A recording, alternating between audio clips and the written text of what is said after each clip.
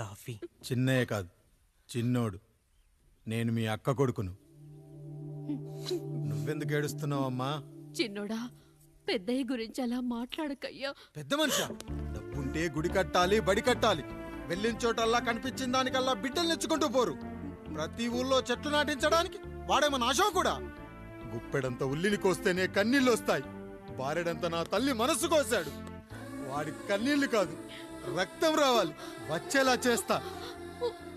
మనల్ని ఇంతగా మోసం చేసిన వాడికి ఆస్తి 3 పిల్లలు, నీకు మాత్రం పేదరికం ఒక్కడే. వద్దు చిన్నయ్య, వద్దు చిన్నయ్య.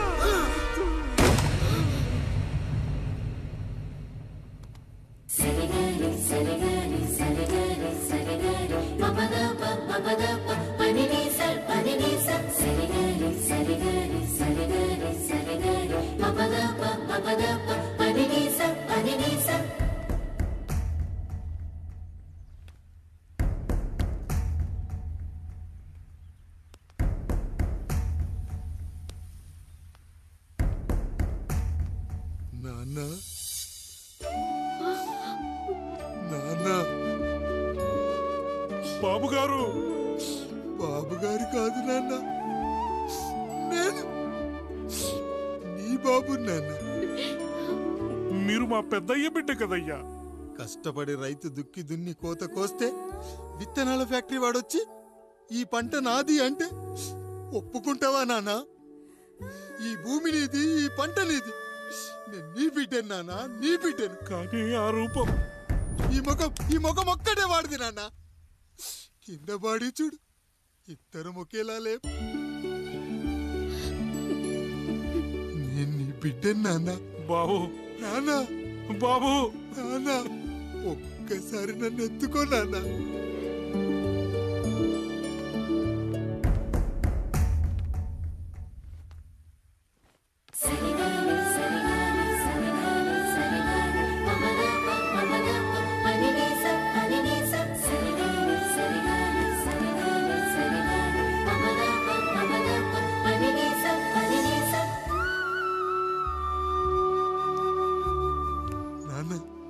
నువ్వెంత మంచివాడివి నాన్న.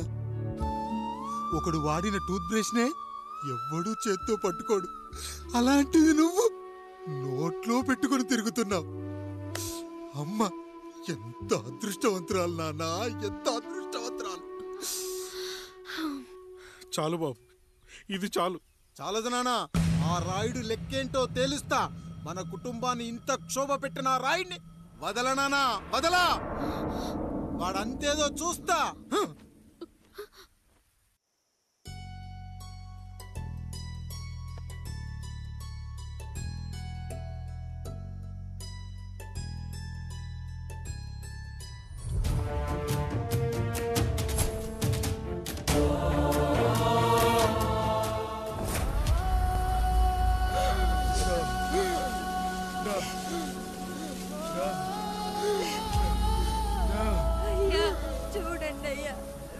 చూసాకైనా మీ మనసు కరెక్టే లేదా? తాగటానికి నీళ్లు లేక చావు బతుకుల మధ్య కొట్టు బిట్టాడుతున్నారయ్యా. పచ్చగా ఉండే ఈ ప్రాంతానికి ఏం దిష్టి తగిలిందో ఏమో. భూమిలోనే కాదు, మా కళ్ళల్లో కూడా నీరు ఇంకిపోయేలా చేశాడా దేవుడు. ఈకంతా మీ చేతుల్లోనే ఉందయ్యా. చూడమ్మా, వర్షాలు లేక కరువుతో రాష్ట్రం కష్టాన్ని కూడా అరువు తెచ్చుకుని బతుకుతుంది. నా కాళ్ళ మీద పడితే ఏమీ రాదు, పైనుండి వర్షం పడాలి. అయ్యా మినిస్టర్ గారు, మీరైనా ఏదో ఒకటి చెయ్యండి అయ్యా. నేనేం చేయనమ్మా, ఇక దేవుడే మిమ్మల్ని కాపాడాలి. ఎవడొస్తాడో మిమ్మల్ని కాపాడడానికి. ఎన్నాళ్ళు అడుగుతారా ఎవడొస్తాడు, ఎప్పుడొస్తాడు, ఎక్కడి నుంచి వస్తాడు అని? పేదవాడికి కష్టం వచ్చినప్పుడల్లా ఇదే మాట. 70 ఏళ్లుగా హీరో రావాల్సి వచ్చినప్పుడల్లా ఇదే మాట. ఇంకా ఎన్నేళ్ళు అడుగుతారా? ఎవడొస్తాడే మిమ్మల్ని కాపాడడానికని మీరు మమ్మల్ని అడగటం, వస్తాడ్రా అని మేము మీకు చెప్పడం. అయినా సరే మళ్ళీ మీకోసం ఇంకోసారి చెప్తున్నాను, వస్తాడు. ఆకాశాన్ని చింపుకుంటూ వస్తాడు, నేలను పగలగొట్టుకుంటూ వస్తాడు. ఎవడు? దేవుడు. దేవుడా? రాయికి వరమిచ్చిన రాముడి దేవుడైతే, ద్రౌపదికి చీరిచ్చిన కృష్ణుడి దేవుడైతే, ఈ ఊరికి ఆయనే దేవుడు. ఆ దేవుడికి ఇంకో పేరే రాయుడు పాపా రాయుడు పాపా రాయుడు.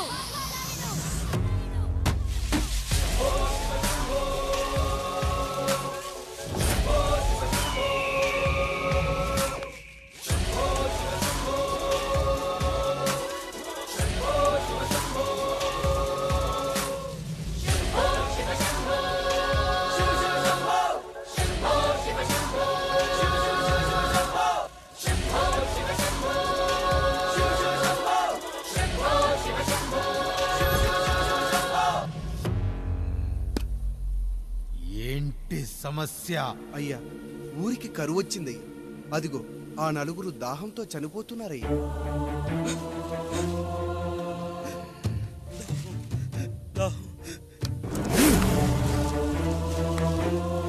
పాపారాయుడు తీర్పు ప్రకటిస్తున్నాడు.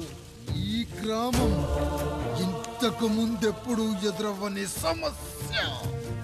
అందుకే ఈ సమస్యని నా సర్వేంద్రియాలను కేంద్రీకరించి నవరంధ్రాలను బిగించి ఆలోచించి ఈ నా తీర్పు ప్రకటిస్తున్నాను. దాహంతో అలమటిస్తున్న ఆ నలుగురికి వెంటనే బావులు తవ్వించి వాళ్లకు నీళ్ళివ్వండి. అంత సమయం లేదయ్యా. మరో 5 నిమిషాల్లో వారి చేత నీళ్లు తాగించిపోతే చచ్చిపోతారయ్యా.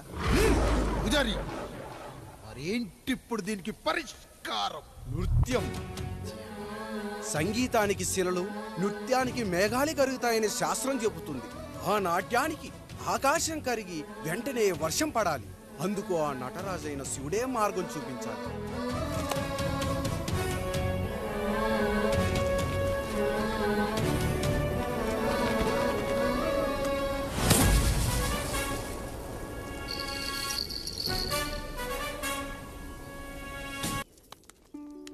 అయ్యా, దేవుడిచ్చిన ప్రసాదం అనుకుని నలుగురిని కన్నాను. 3 పెళ్లి చేయగలిగానయ్యా. ఈ ఊరి ఏమిచ్చినా మీరు తీసుకుంటారు కదయ్యా. ఇది మిగిలిపోయింది. తమరే ఏదో ఒకటి చెయ్యండి అయ్యా. అయ్యా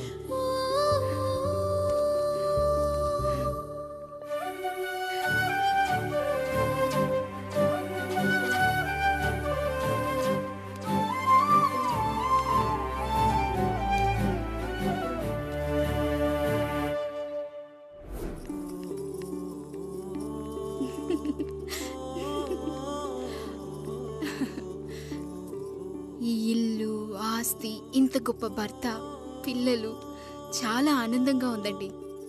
కానీ నాకు ఒకటే లోటు. మన తర్వాత మన పిల్లల్ని చూసుకోవడానికి వీళ్ళకొక అన్నయ్య కావాలండి. అచ్చం మీ పోలికలతో వీళ్ళకొక అన్నయ్యని కందామండి. నువ్వు అడిగితే కాదనగలనా?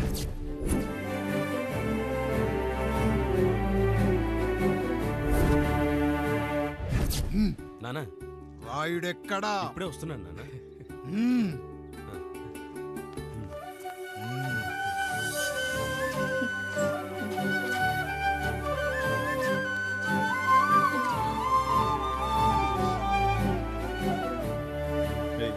చూడరా, మీ అన్నం మీద పగ తీర్చుకోవడానికి నీకు ఇదే సరైన సమయం. పర్లేదంటావా? ఏం పర్వాలేదు. అయ్యా, ఎరా రంగా, ఏం కావాలో అడగరా. నీకంటూ ఏమి ఇవ్వలేదు, నువ్వు ఏమి అడగలేదు. చెప్పరా. మా అన్నకు నాకు పడట్లేదయ్యా. తోడ పుట్టినవాడని చాలా సహించాను. అడ్డమైన దానాలు చేసి ఆస్తి మొత్తం పోగొట్టాడు. ఇప్పుడేం కావాలరా? కొద్దిగా ఈ కత్తి తీసుకొని వాడిని చంపి పెట్టండి అయ్యా.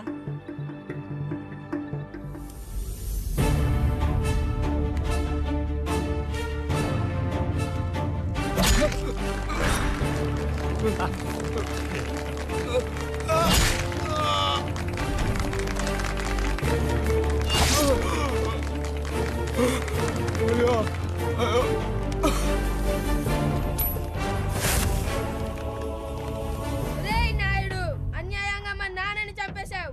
గుర్తుంచుకో, ఈ నాయుడి కొడుకు నీ కుటుంబం పాలిట సైనికుడిగా మారబోతున్నాడు. నిన్ను, నీ కొడుకుని, ఆడికి పుట్టబోయే కొడుకుని అందరినీ లేపేస్తా.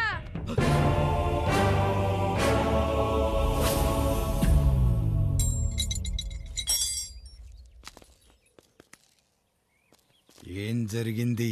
మీరు హత్య చేసినట్టు ఇప్పుడే సమాచారం అందింది. తగిన సాక్ష్యాధారాలు పరిశీలించిన పిమ్మట మీకు యావజ్జీవ కారాగార శిక్ష, 2000 రూపాయల జరిమానా విధిస్తూ అరెస్ట్ చేస్తున్నాను. అయ్యగారు నా కోసం చేసిన త్యాగాన్ని హత్య అంటుందా మీ చట్టం? ఇదెక్కడ న్యాయం? మనిషికి ఇచ్చిన మాట నిలబెట్టుకుంటే అరెస్ట్ చేస్తారా? ఏ దేశంలో ఉంది చట్టం? నన్ను ఏం చేయమంటారు రాయుడు గారు? 9వ తరగతి చదివి ఊర్లో గాలికి తిరుగుతున్నా నన్ను మీ మనిషి ఒకడు పోలీస్ స్టేషన్లో ఉండాలని నన్ను ఎస్ఐన్ చేశారు. సాటి మనిషిని స్వేచ్ఛగా హత్య చేసుకోవాలని దౌర్భాగ్య స్థితిలో బతుకుతున్నాం మనం. మీరు చేసిన ఈ గొప్ప పనిని అర్థం చేసుకునే సంస్కారం, విజ్ఞత, విజ్ఞానం మాకు లేవు సార్, మాకు లేవు.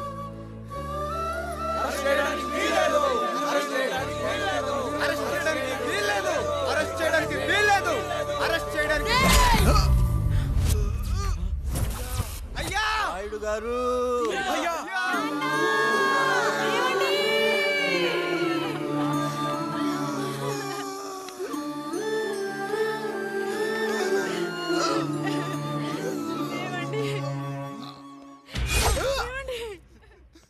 నొప్పిగా ఉందిరా.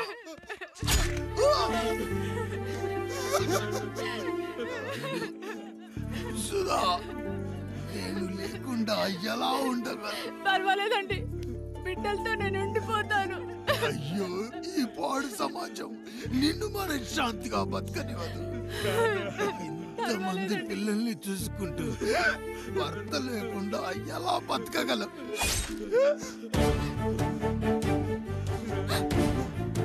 వద్దండి.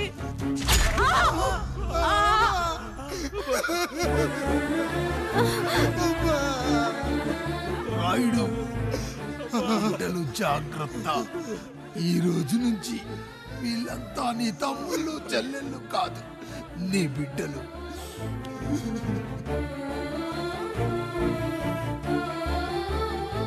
ఎక్కడికి వెళ్ళనురా. నీ కష్టం వస్తే ఒక్కసారి నాన్న అని పిలవరా. ఆ సమాధిలోంచి అయినా లేచొస్తా.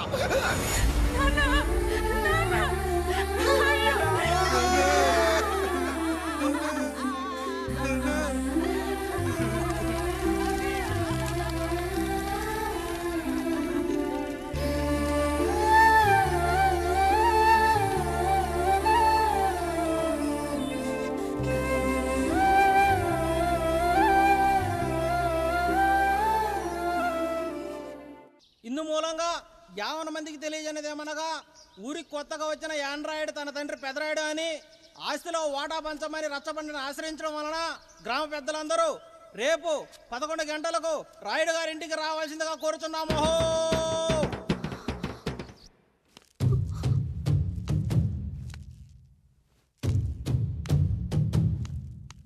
ఎందుకొచ్చారు? తన తాత పాపారాయుడు గారు ఆస్తి తనకు కూడా కావాలంటూ పంచాయతీలో ఫిర్యాదు చేశాడయ్యా.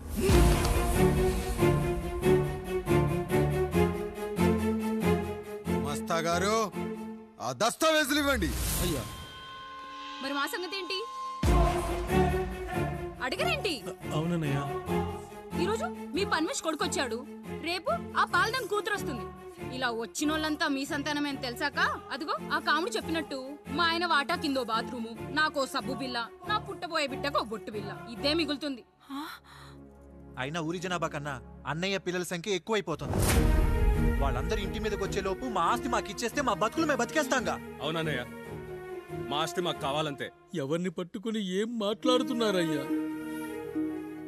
ఉన్నప్పటి నుంచి ఆయన మిమ్మల్ని సాగుతూ ఉన్నారు. ఈరోజు పెరిగి పండయ్యాక మా దారి మేము చూసుకుంటాం అనడం న్యాయం కాదయ్యా, న్యాయం కాదు. ఏ ఆయన నీకో కొడుకునిచ్చాడా? వాడి పేరేంటి? ఐఫోనా? ఎరా, ఆస్తి కావాలా? 4 బ్రష్లతో తోముకుంటే ఎక్కడ విడిపోతామో అని నా బ్రష్, టూత్ పేస్ట్ నీకు త్యాగం చేసినప్పుడు అప్పుడు అడగాల్సిందిరా, అన్నయ్య ఆస్తి కావాలి అని. ఎరా, నేను వాడిపారేసిన లంగోటాలు మార్చి మార్చి చొక్కాలు చేతిగుడ్డలుగా వాడారే, అప్పుడు అడగాల్సిందిరా, అన్నయ్య ఆస్తి పంచు అని. నువ్వు 6 నెలల పసికందుగా ఉన్నప్పుడు పాల కోసం ఏడుస్తుంటే నిన్ను తీసుకెళ్లి పసుల దొడ్లో కట్టేశానే, అప్పుడు అడగాల్సిందిరా, అన్నయ్య నాకు ఆస్తి కావాలి అని. మా తండ్రి గారు పాపారాయుడు పోలికలు నాకు, నా పోలికలు ఆండ్రాయిడ్కి. అసలు మా కుటుంబంలో ఏ పోలికలు లేని మీకు ఎందుకు ఇవ్వాలరా ఆస్తి? ఆస్తి లేదు, గీస్తి లేదు. Get out! Get out! Get out! అని నేను అనొచ్చు, కానీ అనగలనట్రా? అనలేను. ఎందుకంటే మీరంతా నా తమ్ముళ్ళు, నా చెల్లెళ్ళు. రక్తం తాగిన దోమ కూడా వెళ్ళేటప్పుడు కృతజ్ఞతగా ఏ మలేరియానో టైఫాయిడో వదిలి వెళ్తుంది. కానీ రక్తం పంచుకొని పుట్టిన మీరు ఈ అన్నయ్య కోసం ఆస్తి కూడా వదల్లేకపోతున్నారు కదరా. గుమస్తా గారు, నా యావదాస్తి నా తమ్ముళ్లకు, చెల్లెళ్లకు వాళ్ళ పేర్ల మీద రాయండి. నాకు చిల్లి గవ్వ కూడా అక్కర్లేదు. ఇక ఈ ఇంటికి నాకు ఎటువంటి సంబంధం లేదు.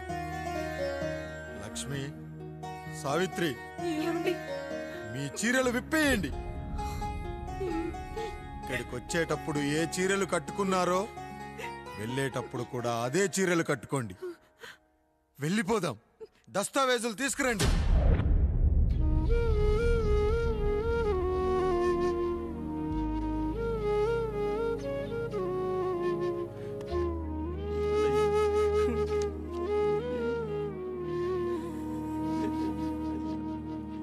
ఇక ఈ ఇంట్లో నా పేరు వినపడితే నా తమ్ముళ్ళు, చెల్లెళ్ళు బాధపడతారయ్యా. ఈ ఇంట్లోనే కాదు, ఈ దస్తావేజులో కూడా నా పేరు ఉండకూడదు.